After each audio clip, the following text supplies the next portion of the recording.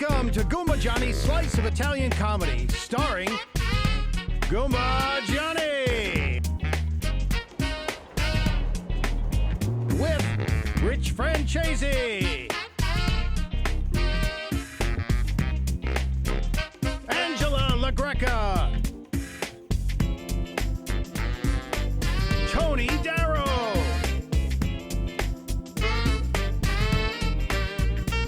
Sex and the City's Mario Cantone.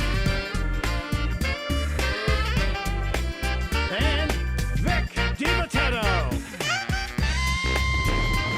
And now here he is, folks, coming to you all the way from the Bronx. You'll hear him every day on WKTU's morning show in New York City.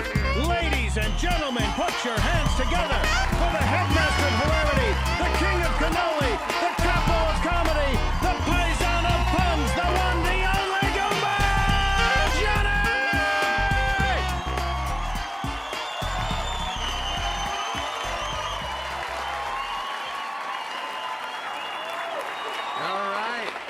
All right, thank you.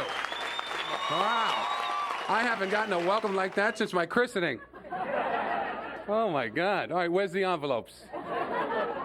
Look at this guy, perfect hair. That is unbelievable. And you, no hair.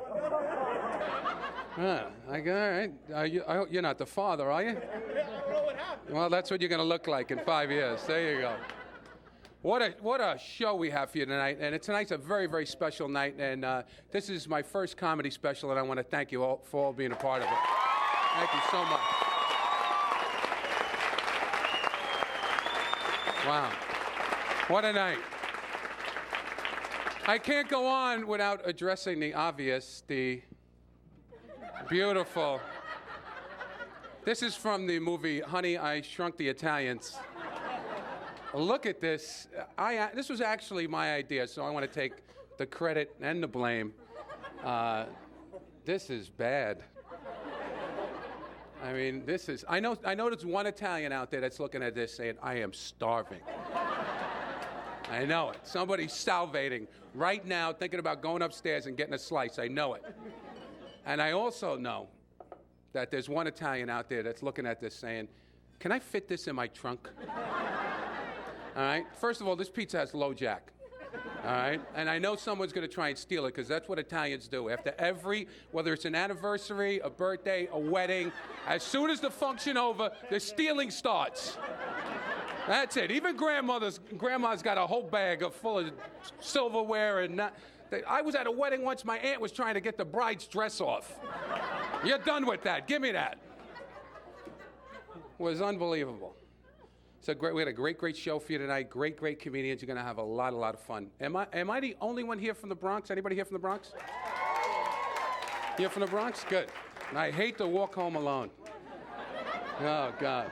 Me and you'll be going together. I had typical Bronx upbringing. My father was very strict. My mother was very religious. So much so, she worked in a church. All right, she was a bouncer. You know the arms on Italian women? My mother had a tattoo of a tomato.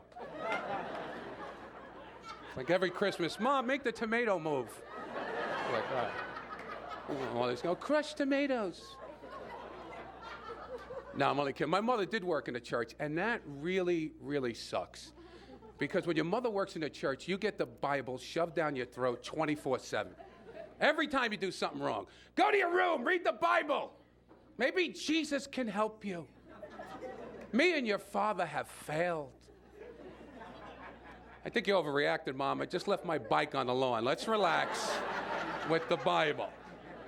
All right? So I'd be locked in my room 3 hours at a time, reading the Bible, watching MTV, experimenting with myself. And I'd come out, and I'd have nothing to say. I'd have to make something up, and my mother would go, did you read the Bible? I said, yes, I did. What passage? And I'd be like, all right, I read the whole thing. She goes, you read the whole Bible in 3 hours, really? I said, yes, I did. It was a great book. I didn't like the ending. No. You know, personally, I thought he was going to live. You know. But that's it. I accepted it. She goes, come on, Johnny, did you get anything out of the Bible? And I said, yes, I did, Mom. I did. I got 3 things. The first thing I got, Mom, was, number 1, I learned that Jesus loved us all. She said, very good. Number 2, unlike you and Daddy, Jesus forgave us all. And the most important thing I learned, Mom, is that Jesus was like we were. He was Italian. The King of Jews was Italian. Where does it say that? I said, well, Mom, if you read the book like I did, you would have picked up on the hints that the apostles dropped throughout. Number 1, every Sunday, just like Daddy, he drank wine and wore sandals. Number 2, he hung out with 12 guys. Nobody had jobs. He lived at home with his mother till he was 30. He was a carpenter in the union. When he was born, 3 wise guys bought him presents for no reason at all.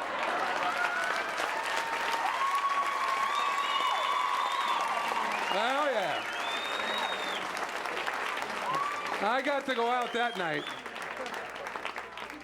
God, it just went on and on.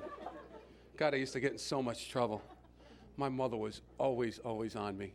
I got invited to my 3rd cousin Carlo's wedding recently. Only Italians have 3rd, 4th, and 5th cousins. No other group of people has experience. Italian families are constantly getting bigger. Constantly getting bigger. If I live next to this kid, all right, if he's my neighbor, at the end of the 5th year, somehow he becomes my cousin. Doesn't matter, he's my cousin. No, leave him alone, he's my cousin. No. I said he's my cousin. You don't believe me? No, he's not black, he's Sicilian. Because we will lie to the end. That's it, we'll go right to the hilt, it doesn't matter. So my mother goes, you gotta go to your 3rd cousin Carlo's wedding. I said, I'm not going, I don't know him. She goes, oh, you remember Carlo? He was at your christening. Said, I don't remember him, I'm not going, I'm very busy. And your mother does this, all mothers do this. They start telling you these stories to jog your memory, these stupid family stories. And she goes into that voice that's supposed to bring you back. You remember Carlo? You remember at Aunt Marie's? He fell in the pool? No, I don't. Okay, you remember at Uncle Carmine's? The dog pissed on him? No, I don't. Okay, you remember at Uncle Tony's? He got caught making out with his sister? Oh, that asshole. Yeah. Finally, she hits a nerve. She goes, well, you gotta go to the wedding. So now, look, I'm Italian. My mother threatens not to cook for me. I'll do anything. Right? So I'm going. So now, I gotta go to this kid's wedding. I don't even know who he is. We all had this problem. You get invited to a wedding, you don't even know the people that are getting married. Right? How much money do you give them? Right?